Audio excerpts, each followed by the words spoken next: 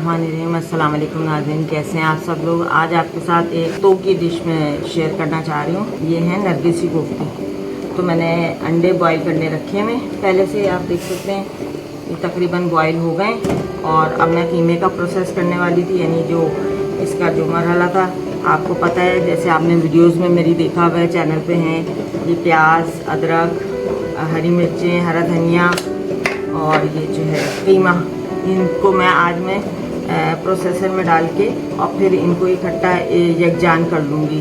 तो ये तमाम मराहिल करने के बाद फिर हम ग्रेवी बनाएंगे और फिर आगे का प्रोसेस करते हैं। तो मिलते हैं आपसे इन तमाम मराहिल को तय करने के बाद। बिस्मिल्लाहिर्रहमानिर्रहीम। नाज़रीन, ये कीमा मैंने पीस लिया है, इसमें मैंने तमाम चीज़ें शामिल कर दी थी। लहसुन अदरक भी मैंने इसके अंदर डाल दिया, साथ ही तमाम चीज़ें क्रश हो गई। और ये हम चूँकि नरगिसी कोफ्ते बनाएंगे तो इसके लिए कीमे को बहुत ज़्यादा फाइन क्वालिटी का होना चाहिए। और इसमें कुछ मसाले जाएंगे, लाल मिर्च है 1 टेबल स्पून भर के, नमक है 1 टेबल स्पून भर के, थोड़ा सा गरम मसाला और काली मिर्च मिक्स कर दी मैंने, थोड़ा सा ये क्रश जो है ना सफ़ेद ज़ीरा और धनिया मैंने डाला है। ठीक है, ये तमाम चीज़ें मैं इसमें शामिल कर रही हूँ। इसको मिक्स करेंगे और इसको थोड़ी देर के लिए हम मैरिनेट होने के लिए रख देंगे। इतनी देर में हम अंडे मैंने बॉईल करके रख दी हैं, अंडे हमारे रेडी हैं, उनको छील लूँगी। और इतनी देर में हम ग्रेवी बनाते हैं। यहाँ पे पतीली गरम करने रख दी है मैंने, ग्रेवी बनाते हैं, इसको मिक्स करके रखेंगे। और उसके बाद जब ग्रेवी तैयार हो जाएगी तो कोफ्ते तैयार करने के लिए मैं आपको बताऊँगी किस तरीके से करना है तैयार। फिर इसमें चंद एक चीज़ें और शामिल करेंगे। तो मिलते हैं आपसे ग्रेवी तैयार करने के बाद। जी अस्सलाम वालेकुम नाज़रीन, हमने कीमा तैयार करके रख दिया, पीस के मसाला मिला के सब करके।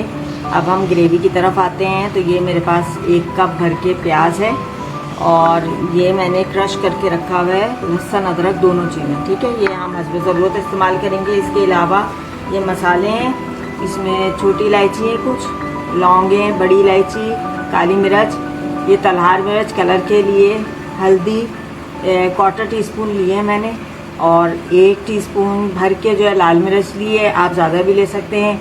धनिया पाउडर लिया है मैंने तकरीबन 1.5 टेबल स्पून, और नमक हस्ब ज़रूरत। और गरम मसाला चूँकि हम साबुत डाल रहे हैं इसलिए मैं पिसा हुआ देखूँगी, ज़रूरत नहीं है क्योंकि हमने कीमे में भी शामिल किया है। इसके अलावा दही भी जाएगा और अभी जब उसको तैयार करेंगे कोफ्ते तो उसके अंदर भी हमें चने खशखश वगैरह सब चीज़ें मिक्स करनी होंगी। तो अब हम रेसिपी स्टार्ट करते हैं। बिस्मिल्लाहिर्रहमानिर्रहीम। ऑयल हमारा गर्म है। सबसे पहले मैं इसमें ये साबुत गरम मसाले डाल देती हूँ ताकि इनकी खुशबू आ जाए। आँच थोड़ी तेज़ कर देते हैं। जैसे ही थोड़ा सा कड़कड़ाने लगेगा तो इसमें मैं प्याज शामिल कर दूँगी और साथ ही लहसुन अदरक भी शामिल कर दूँगी। ये मैंने चॉप करके डाल रही हूँ, चॉप किया हुआ का मज़ा बहुत अच्छा आता है। तो ये अब हम हल्का से ही होने लगा तो प्याज भी शामिल कर रहे हैं। ठीक है, अच्छा अब इसमें से हम तकरीबन आधा लहसुन अदरक इसमें डाल देंगे, क्योंकि मैंने आपको जैसे मैं बताती रहती हूँ कि खाने में स्पेशली बीफ की डिशेस में या मटन की डिशेस में ज़्यादातर खेल जो है वो जिंजर गार्लिक का है। और आप यकीन करें कि जब आप लोग वो डिश बनाएंगे ना, मैं आपको बता रही थी कि आप ये देखें कि मैंने इसमें चॉप किया हुआ लहसुन अदरक डाला है। आप यकीन नहीं कर सकते कि इसमें से कितनी लाजवाब खुशबू आ रही है। मैं थोड़ा सा और शामिल करूँगी क्योंकि मेरे पास कीमे की क्वांटिटी ज़्यादा है, ये मैंने रोक लिया है बाकी ये इतना ना। अब इस वक्त ये जो है मसाला भुनने पे, तो इस वक्त हम इसके अंदर ये तमाम मसाले शामिल कर देते हैं, नमक वगैरह सब चीज़ें ये मैं शामिल करूँगी इसमें। और हल्का सा पानी डालेंगे इस मसाले के आसपास तो जलेगी। अभी हम इसका मसाला जो थोड़ा सा और भून लें, फिर इसमें पानी लगा के, इसको 2 प्याली में पानी लगा के इसके अंदर हल्का सा, और इसको हल्की आंच पे रख दूँगी ताकि ये अच्छी तरीके से गरम मसालों की खुशबू और ये तमाम चीज़ें जो है एक दूसरे के अंदर रच बस जाए। ये इस स्टेज पे आ गया कि मैं इसके अंदर पानी डाल दूँ। तो मैं इसमें 2 प्याली के करीब पानी डाल रही हूँ ताकि ये अच्छी तरीके से पक जाए। अब मैं इसको आँच हल्की करके कवर कर रही हूँ और इसको तकरीबन 5-7 मिनट पकाएंगे। मिलते हैं आपसे 5-7 मिनट। जी नाज़रीन, ये कीमा ठहर चुका है काफ़ी हद तक, और ये मेरे पास यहाँ पे बॉइल्ड एग रखे हुए हैं क्योंकि नरगिसी कोफ्ते हैं तो अंडे तो ज़रूरी है। अब इसमें हम कुछ चीज़ें डालेंगे, जैसे मैं डालती हूँ इसमें चने खशखश का पाउडर, तो मैं डायरेक्टली पैकेट से ही डाल रही हूँ, मैंने बाज़ार का लिया है ये। आप घर में ही पीस सकते हैं और ये ज़रूरत के हिसाब से डलेगा कि आप देख लीजिएगा इसमें कितना टेक्सचर है। कम से कम मैं 2 पैकेट तो अभी डाल रही हूँ, फिर इसको मैं मिक्सअप करती हूँ और फिर मैं इसको चेक करती हूँ कि क्या सूरत हाल है। मसाला भी हमारा तकरीबन तैयार हो गया। अब आप देखें कि कितना अच्छा, मैंने वो 2 पैकेट ही डाले और तकरीबन वो 5 टेबलस्पून के करीब होते हैं, मैंने नाप के रखा होता।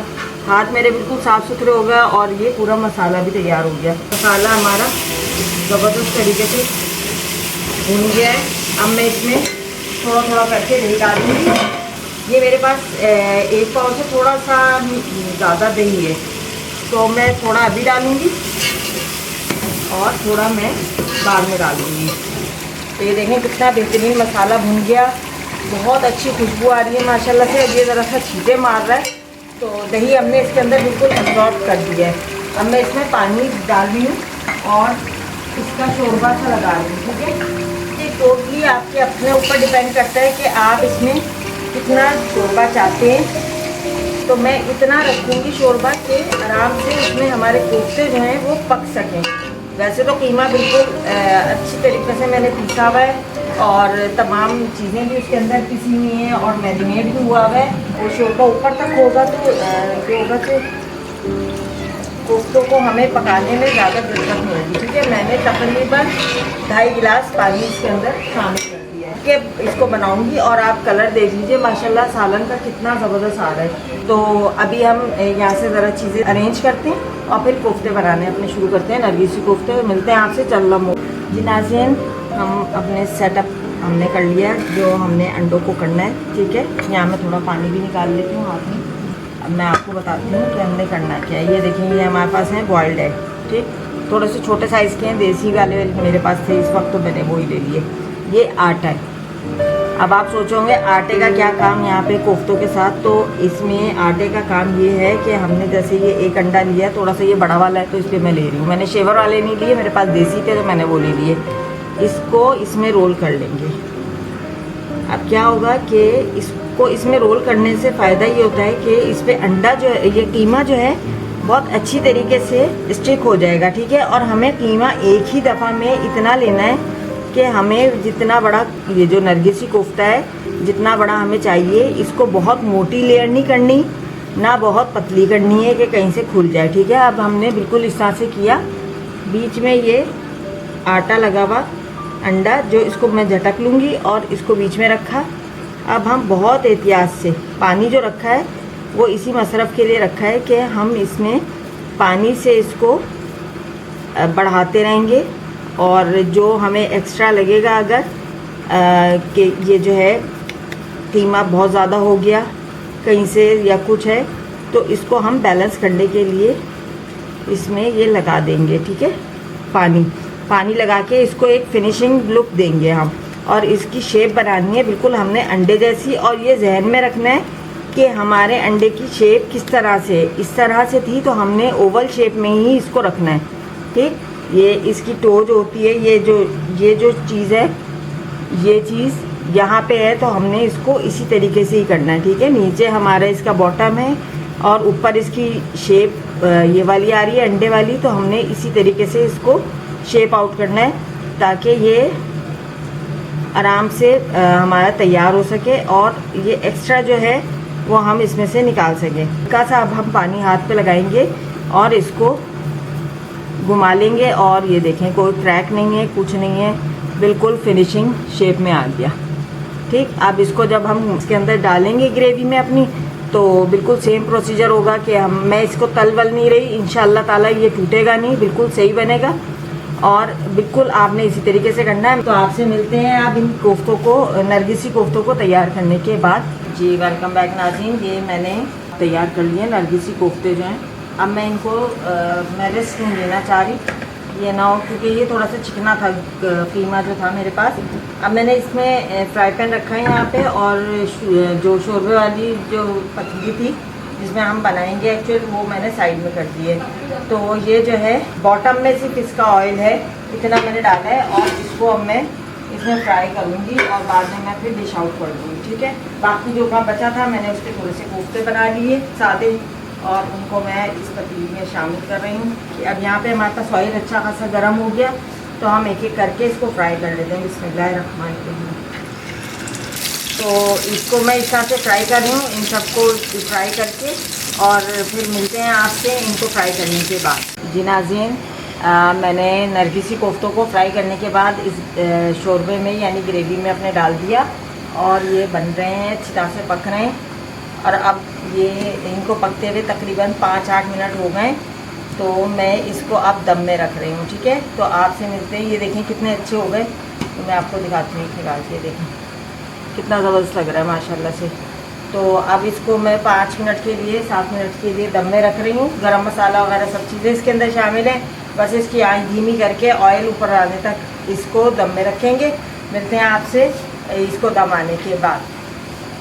बिस्मिल्लाहिर्रहमानिर्रहीम। जी नाज़रीन, अब देखते हैं कि कोफ्तों की क्या सूरत है। मैंने चूल्हा बंद कर दिया था। आप देख सकते हैं लाजवाब से कोफ्ते तैयार हो गए।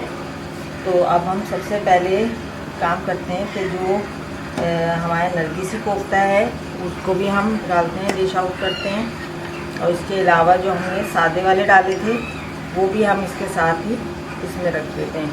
अभी मैंने जो नरगिसी कोफ्ते थे वो मैंने निकाल के साइड में रख दिए थे, तो मैं इसमें 1-2 और शामिल कर रही हूँ। फाइनल आपको प्रेजेंटेशन अभी दिखाती हूँ। जी नाज़रीन, मैंने इसको प्लेट में निकाल दिया है, और अब मैं आपको दिखाती हूँ कि ये जो है ना इसकी फ़ाइनल लुक कैसी आएगी। ये नरगिसी किस लिए कहलाए जाते हैं, इसको बहुत एहतियात से आपने बहुत शार्प नाइफ़ लेनी है। और ये मैंने शोरबे से निकाल के ना इसको बहुत देर से रखा हुआ था ताकि ये थोड़ा सा कूल डाउन हो जाए। बिस्मिल्लाहिर्रहमानिर्रहीम। बहुत एहतियात से तेज़ छुरी की मदद से आपने, ये हो सकता है कीमा टूट जाए क्योंकि ये बड़े डेलिकेट किस्म के होते हैं, बहुत परफेक्शन की ज़रूरत होती है इसके लिए। लेकिन ये कि मैंने आपके लिए ये आज एक रिस्की जो है ना डिश बनाई है, और मुझे पूरी उम्मीद है कि आपको अच्छी लगेगी इंशाअल्लाह ताला।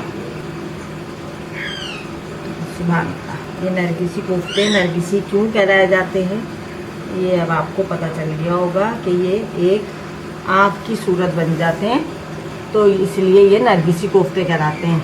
तो उम्मीद है आज की डिश आपको पसंद आई होगी। जो लोग नए हैं चैनल पे वो काइंडली सब्सक्राइब कीजिए, वीडियो को लाइक कीजिए, और अपना फीडबैक ज़रूर दीजिएगा कि आपको ये डिश आज की कैसी लगी।